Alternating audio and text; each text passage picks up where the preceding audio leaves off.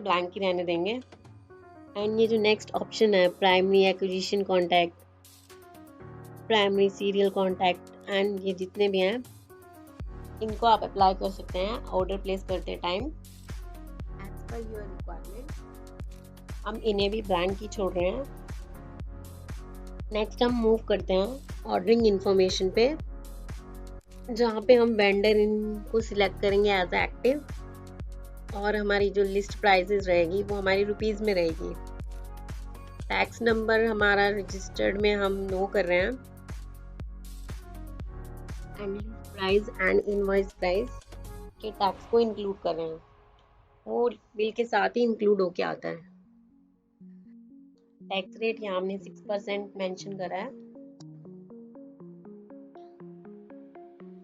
And हमें discount 20% और हमारे कितने दिन में हमारा ऑर्डर प्लेस हो जाए वो हमने 10 डेज सिलेक्ट करे हैं। सिमिलरली यहाँ भी एक नोट्स का ऑप्शन है, आप वेंडर को जो भी इंफॉर्मेशन या क्वेरीज मेंशन करना चाहते हैं आप इस बॉक्स में मेंशन कर सकते हैं।